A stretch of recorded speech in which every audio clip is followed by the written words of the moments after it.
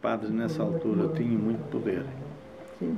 Muito poder, porque a maior parte deles tinham todas ligações de informações à PIDE. E meu amigo, se uma pessoa falasse qualquer coisa, de mais com um padre, eles encaminhavam-os. E eles depois andavam a perseguir essas pessoas sempre. E depois resolviam, levava-os presos, uma coisa, outra, chamava-os a atenção, enfim. Mas isso não se passou nada comigo, porque está quietinho no seu canto, porque senão podia ser suspeito. Aceitou porque ela olhava muito para o que o meu pai dizia. Para o que ele dizia, e ele é que não queria. Ele é que não queria porque tinha aqui em Ferreiró teve um que fugiu mesmo da tropa.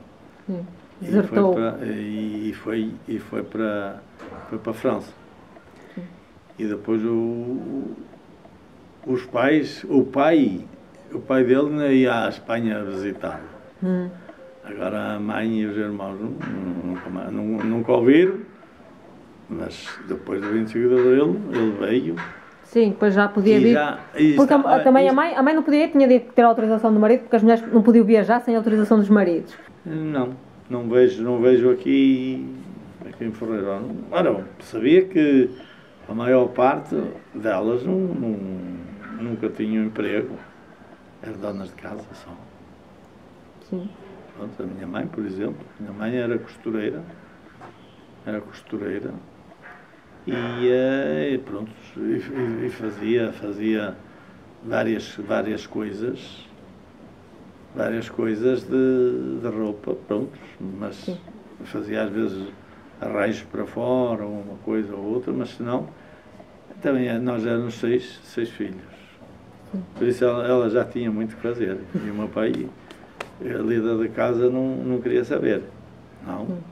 Só queria chegar a casa e ter o comercinho pronto. Sim, e se não tivesse o comer pronto, o que é que acontecia? Aí havia um bocadinho de fumo, havia fumo.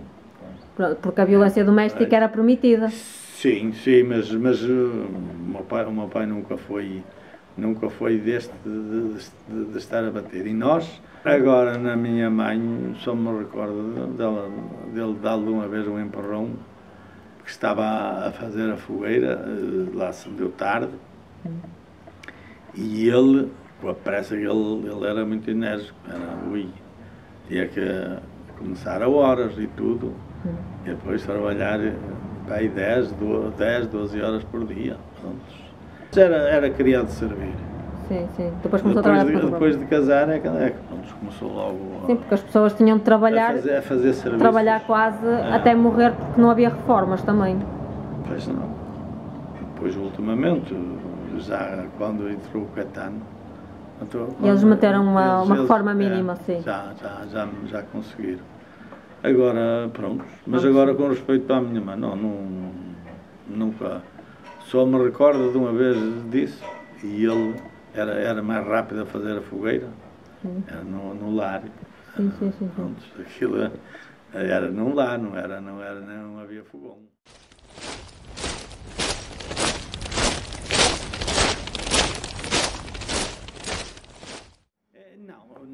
Ora bom, não havia era ordem. Não havia ordem para sair do país. Principalmente os homens. A não ser que fosse com a licença militar. Especial. Sim. Licença militar, que depois no último ano, que foi para a França, utilizei uma licença, mas aí está. Sim. Foi a corrupção, por isso já havia corrupção nessa altura também. Né? Vim à inspeção em 71. Sim. À inspeção em 71, vim de França em dezembro. Sim. E apresentei-me à inspeção, para fazer a inspeção no quartel-general do Porto. Sim. E apresentei-me lá e depois perguntei disse lá um sargento se havia possibilidade de passar uma licença de autorização para eu sair outra vez. Eu já tinha estado lá. Sim. Diz ele, não, agora não. Ai não, pronto, então eu vou para o mesmo caminho. Fui a Salto outra vez, com os documentos todos já. Já tinha documentos franceses, tinha um passaporte imigrante, que tinha tirado em Estrasburgo. Sim. E pronto, e depois então fui outra vez e quando fui, da última vez já me passaram, já houve um sargento que me disse, se quiser ir, pode ir, que arranja-se uma licença. Eu disse, arranja, então o ano passado estive aqui e não me passaram. Sim. Isto já em 72, estamos a falar em 72 já. Sim. E ela disse, mas isso há sempre meios de resolver. Chegou-se assim à janela e viu um café embaixo, no fundo da rua. Você vai lá, espera-me lá. E pronto, e assim foi. Ela fez-me. O sargento chegou lá a pôr muitas dificuldades e isto. Eu disse, mas não foi isso que ele disse. Disse, passavam. Mas você tem que entender que... E eu disse, quanto é que custa? Você tem que entender que há muita dificuldade e não sei o quê, não sei o que mais. Eu disse, não foi isso que eu lhe perguntei. Disse, quanto custa? Tanto insisti com ele que ele não me disse. E uma licença militar nessa altura custava 12 escudos e 50 centavos. Sim, que hoje em dia é uma fortuna. E eu disse, não era não. Não era uma fortuna? Não. A fortuna era aquilo que eu vou agora dizer. Eu disse, olha, tenho aqui 500 escudos, dou-lhe um quarto de hora para aparecer com ela aqui. Senão vou-me embora. Sim. E ele disse, não, espera aí que eu vou ver. Logo que eu falei em 500 escudos, não é? Sim, 500 escudos dava para muitas licenças. Sim. E pronto, lá foi e veio. E trouxe-me logo. Foi logo. Assinada não sei por quem. Tem que ser por um comandante. Sim. E depois, o mais bonito é que eu fiz essas viagens todas e nunca apareceu a PIDE. Nessa viagem que eu fiz, em janeiro de 72, fiz essa viagem e ia a meio do caminho, depois do entroncamento. Sim. Aquela que vira para a linha que vai para o Alentejo, para Porto Alegre. Não, Vilar Formoso. Sim. Vilar Formoso. E essa, muito antes de chegar à guarda, apareceu a PIDE dentro do comboio, o comboio em andamento. Foi lá ao meu comportamento e disse, passaportes. Já sabia que nós íamos numa linha com destino a Paris. Eles não são tolos. Antes foram e ia perguntar, eu estava lá num canto, ia perguntar lá a uns, eles estavam legais. Um era quase como eu, faltava lá a licença militar. E ele disse, não tem licença militar, daqui na próxima estação nós vimos buscá-lo. E não sei o que é que fizeram com ele, mas levaram. Chegou a minha vez, pediram-me o passaporte. Eu já sabia que tinha que dar a licença, mas puxei o passaporte e a licença. Eu disse, desculpe, mas o senhor só me pediu o passaporte. Que a licença tenho aqui. Mas está a brincar comigo. ainda a falar, pronto. Ele já sabia que eu sabia de tudo, mas não souber falar, pronto, e eu só lhe dei aquilo que realmente eles pediram. E pronto, se eu não levasse a licença, pronto, aí nessa altura ia ser apanhado, mas não tinha grande risco, porque quando foi a primeira vez é que era mais perigoso. Porque nós íamos com um passador e tinham de passar a fronteira e depois passar... Isso aí era muito mais risco por causa de nós estarmos a pagar um dinheirão enorme ao passador, porque o passador levou-me só até a fronteira. A Andaia. Era Andaia. Tinha do lado de Espanha Irún e do outro lado era Andeia. E ele mandou-me esperar ali, na estação de caminho de ferro. Tinha lá um gabinete que abria 1 horeta por dia para fornecer contratos. Sim, sim. Ora, eu estive ali 15 dias. 15 dias à espera. Eu não podia sair dali. Para onde é que eu ia? Não tinha direções nenhumas nem nada. Sim. Depois, ao fim de 15 dias de estar ali, consegui um contrato quase para o fim de França. E também para um lugar que também não havia portugueses nessa firma. Sim. Nessa firma era uma firma de cozer pedra, para extrair ferro, para extrair adubos. Era muito poluente. Sim. E pronto, depois eu depois estive lá um ano e tal, depois saí dessa empresa e já tinha os documentos todos legais. E pronto, foi quando mudei para outro. Mas depois, como quando vim cá, tinha a tropa. Sim, sim. E os meus pais queriam que eu viesse dar a tropa. E eu estava lá bem já. E os seus pais queriam que você fosse para a tropa? Pois, queriam que eu viesse dar a tropa, é verdade. Mesmo que isso... mesmo que fosse para a guerra, já sabia. Para ir para a guerra. Já sabia que tinha um irmão meu. Sim. Quando eu fui para a França, ele foi para Angola. Sim. Por isso, era mais velho que eu 3 anos. E foi o que aconteceu. E eles queriam que eu viesse. E eu estava assim meio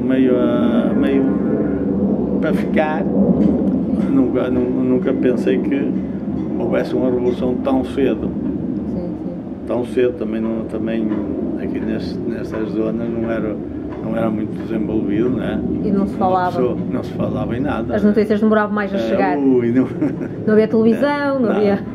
Havia a telefonia e pouco mais? Não, no meu tempo, o meu pai foi um dos primeiros a ter televisão. Sim, já tinha? Já comprou teve uma televisão muito cedo. Havia para ir na freguesia, para ir 2. E por isso assim, pronto, aí foi essa passagem por França, foi assim. Depois fui mais tarde, fui para a Corse, estive lá 16 anos na Corse. Também era francês. Sim, sim. Ali era uma ilha. Uma ilha. Isso já foi depois, já foi em 79. Não havia, mas ainda exigiu, naquela altura, ainda era de passaporte.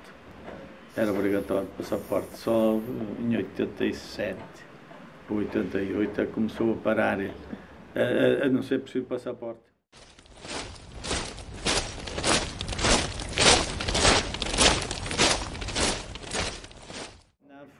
Foi para lá, foi tirar o IOA. Isso era o quê? O treino operacional. Ok, treino operacional. Era tipo como se fossem... Normalmente tirava-se cá o treino operacional, o IOA, né? Sim. Mas como já não havia muito tempo, que eu estava a precisar de militares lá fora, e o meu amigo foi sempre a andar. Sim. Foi logo os primeiros trabalhos a fazer, foi trabalhar. Na guerra ia trabalhar. Pai pica. Sim. A fazer trincheiras e depois fazer o lugar para que cada barraca ter dois militares dentro. Sim.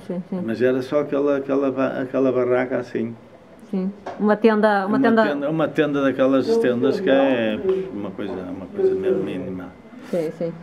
E depois nós é que arranjávamos, fazíamos à volta de 80 centímetros de fundo e estávamos a viver ali.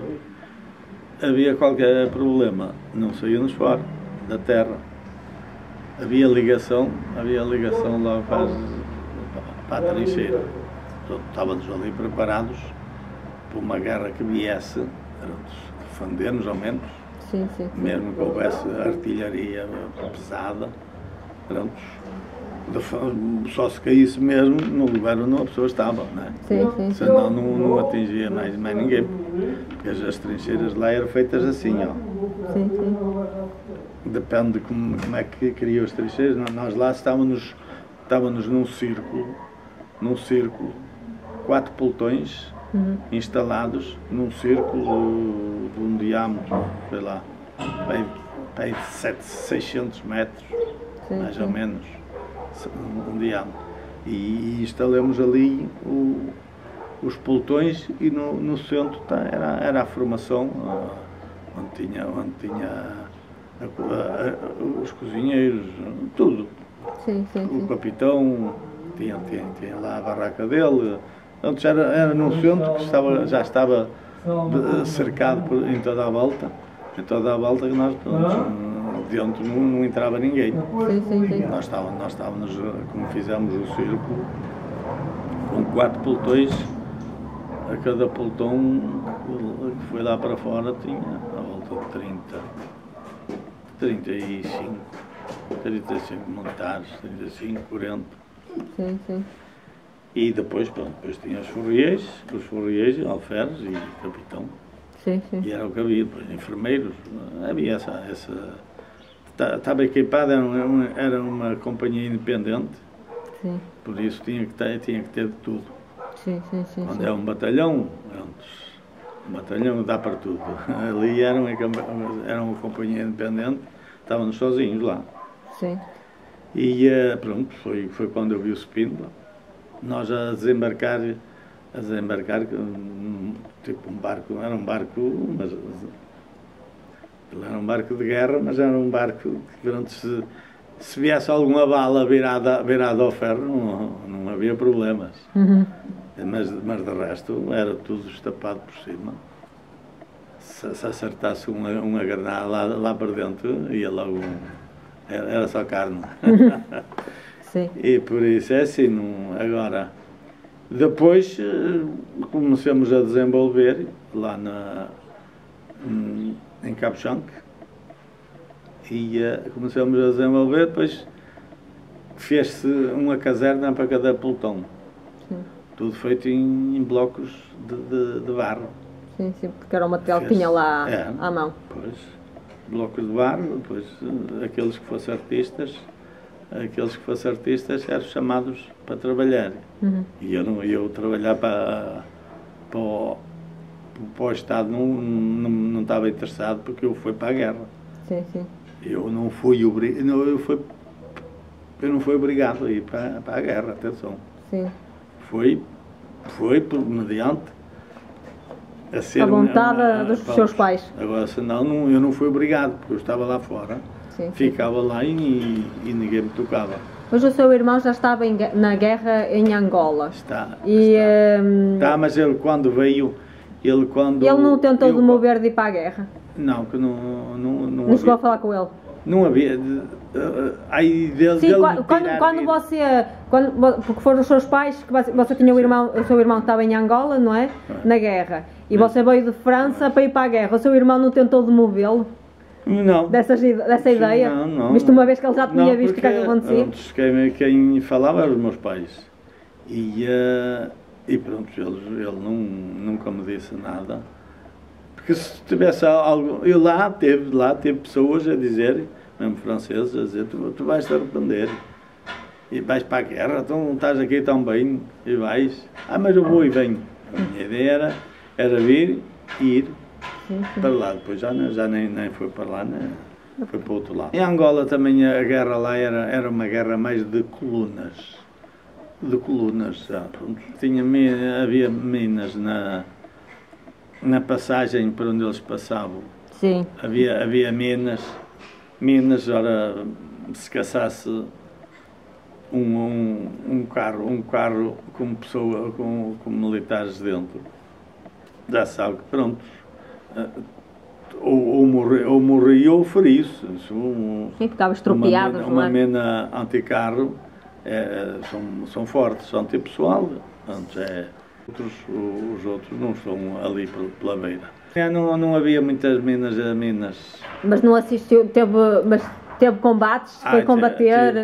Durante o mês teve dois ataques, não foi 2 ataques, nós fizemos operações mesmo. Uhum. Operações mesmo antes de ir para esse destacamento. Sim, sim. Nesse destacamento saímos da noite e tudo, mas nunca tivemos nada. Agora, quando foi para a Mata do Checkmone, que estávamos em Bula, fomos para lá um mês, e durante o mês saímos para três saídas. Tivemos 3 saídas. E 2 à Mata do Checkmone e uma a Pronto a Matar. Eram nomes que essas não esquece, porque pronto. O Pronto a Matar quer dizer que cada um que passasse por lá já sabia que podia estar sujeito a ficar logo. Porque eram lugares que eles depois faziam emboscadas.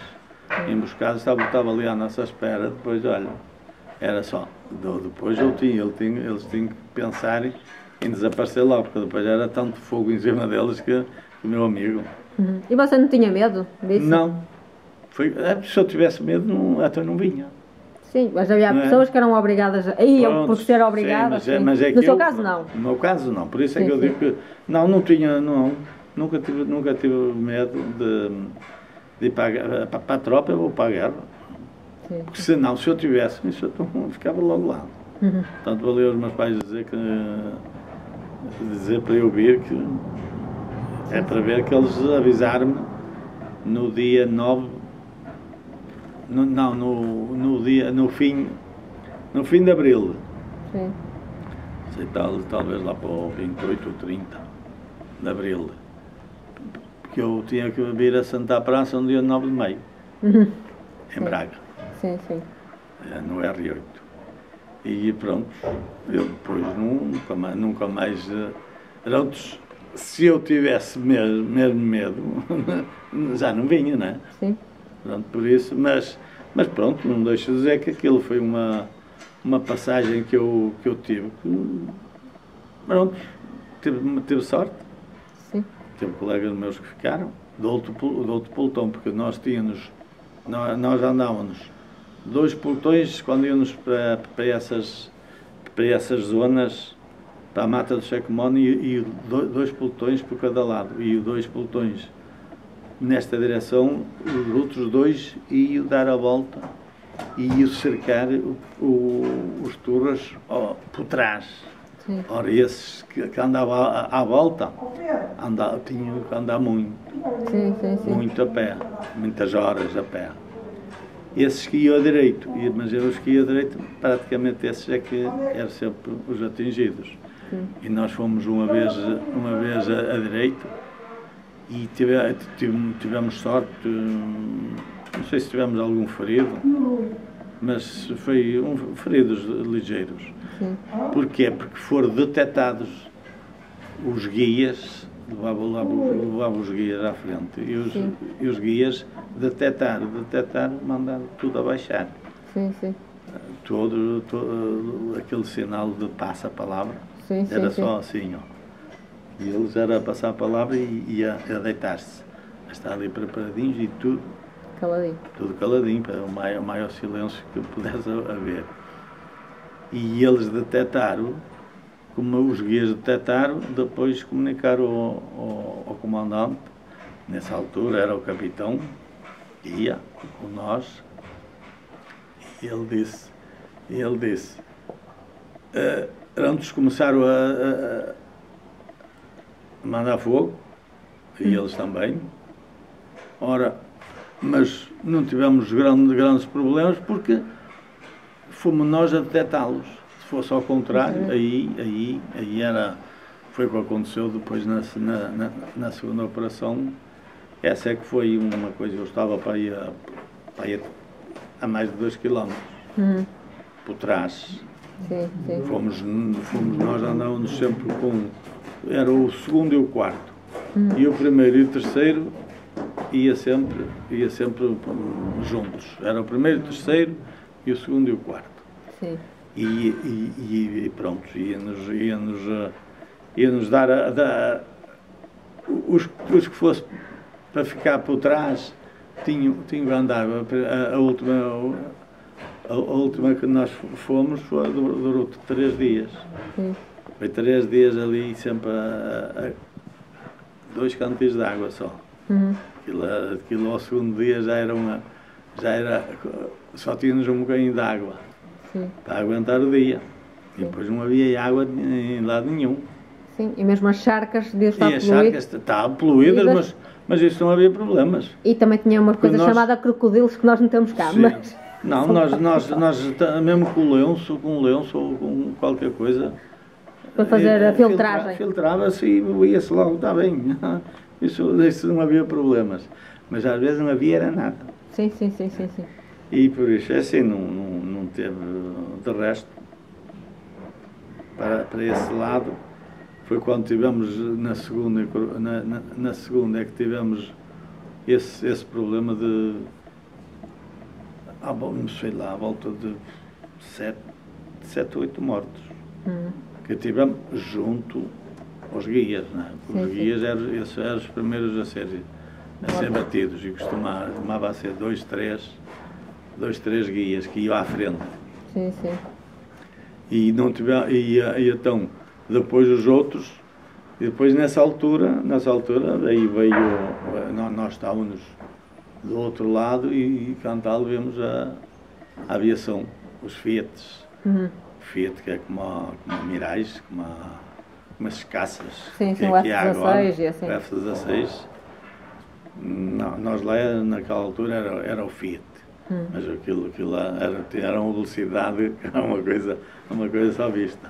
Sim. E pronto, bombardearam logo lá o local, mas diz eles que viram lá muito, depois como havia mortos e feridos, a ligação entre uns e os outros perder-se muito. Sim. E andava lá no meio da mata. E eles por cima conseguiram ver que andavam pessoas lá no meio da mata, perdidos, não bombardeavam naquele lugar, e bombardear noutro lugar. E assim, foi das surpresas que foram mais desastrosas, porque aí foi a uma de uma pessoa não ter água. Não ter água, quando chegamos ao primeiro quartel que encostamos para lá, nós só queríamos era beber. Comer, né? Nós trocávamos latas de conserva por uma cerveja, logo. Não havia dinheiro, não havia grande dinheiro para uma pessoa não levar dinheiro para o mato. Eu tive muito ano que, às vezes, sonhos de noite, uma pessoa a fugir dos tiros. Mas pronto, nunca tive assim grandes problemas, só em sonhos. Em sonhos é que, às vezes eram constantes. Mas não. Teve bastante resistência sempre. Pronto, como era uma pessoa que não tinha medo. Portanto, eu tinha lá um colega meu que não dava um tiro. Metia a cabeça debaixo da terra e pronto. E deixava seguir. Esse não tinha coragem até para ouvir, tapava os ouvidos e tudo. Esse é que, não sei o trauma dele, não sei como é que ele está, porque depois eram uns de cada zona.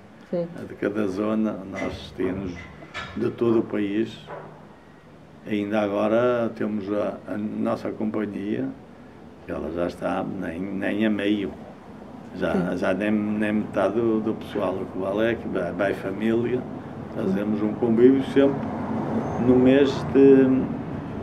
no dia mais próximo do 20 de setembro. Nós é a comemorar o dia do arranque. Foi a 19 de setembro.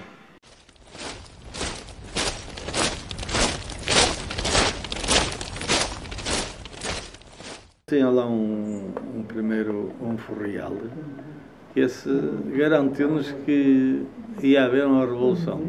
Logo no primeiro ano que estive, diz: não demora um ano a haver uma revolução em Portugal. Tu és tolo, isto foi quando veio o Spindler, o general Spindler. Sim, para a presidência. Esse era o chefe maior da Guiné. Sim. E veio, quando se despediu de lá, veio para o movimento. E foi aí que esse tais Furriel disse: não demora muito tempo a nós termos uma revolução e vamos embora. Olha, houve em 74 só, e eu vim em 73. Em 73 vim cá de férias. Tinha meios. Sim. E vim cá de férias. Bem pedir para dezembro, mas também não, até ao fim de novembro. É que dava férias a todos, aqueles que quisessem vir. Sim. E eu vim no mês de novembro de 73, e por isso é que eu disse que depois, quando apareceu, foi em abril. Não, foi em março. Em março a primeira tentativa de golpe. De tentar o golpe de Estado. Sim. Foi em março. Sim. Não sei se talvez no 21 de março. 73. Depois é que foi no 25 de abril, passado um mês, eles fizeram a nova tentativa, mas aí já estava tudo, norte a sul, estava tudo organizado, e nós soubemos logo na noite mesmo. E como é que foi a reação das pessoas? Dos seus companheiros? Só dissemos, pronto, agora vamos embora mais cedo. Não, olha, para mim não aconteceu. Não aconteceu porque nós não podíamos deixar os lugares vazios. Eu fui abrir um destacamento e esteve lá a maior parte do tempo. Esteve nesse destacamento que era no meio de uma floresta. Sim, no mato. No meio do mato, no meio de uma floresta, sem nada lá. Nem casas tinha, nem nada. Não havia nada. Montamos lá primeiro as barracas. Sim. E fizemos as trincheiras. Após o 25 de abril, já sabe que houve uma destabilização muito grande. Sim, principalmente aquele primeiro ano. Porquê? Sim. Porque depois isto estava num país de fascismo. Depois entrou o comunismo entrou, mas com uma força enorme. Ora, não podia entrar assim. E houve muitas revoluçõezitas. Eu sei. Durante o primeiro ano, até 75. Houve muitos conflitos. Porquê? Porque o pessoal não estava habituado. Foi liberdade a mais. Foi. Ou seja, basicamente saíram num sistema tão opressivo que quando apanharam assim liberdade houve excessos. E depois o sistema do político, o comunismo, são coisas radicais. Eu sou uma pessoa que não gosto de coisas radicais. Não.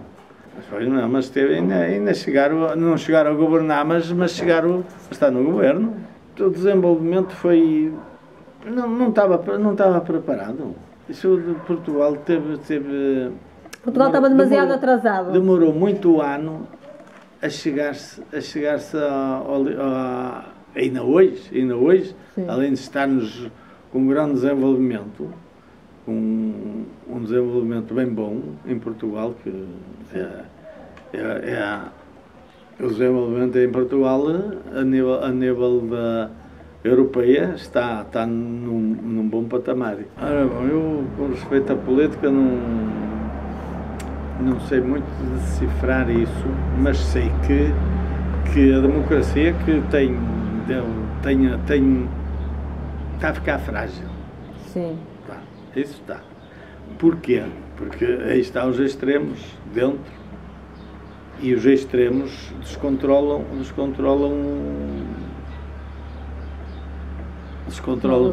tudo lá dentro.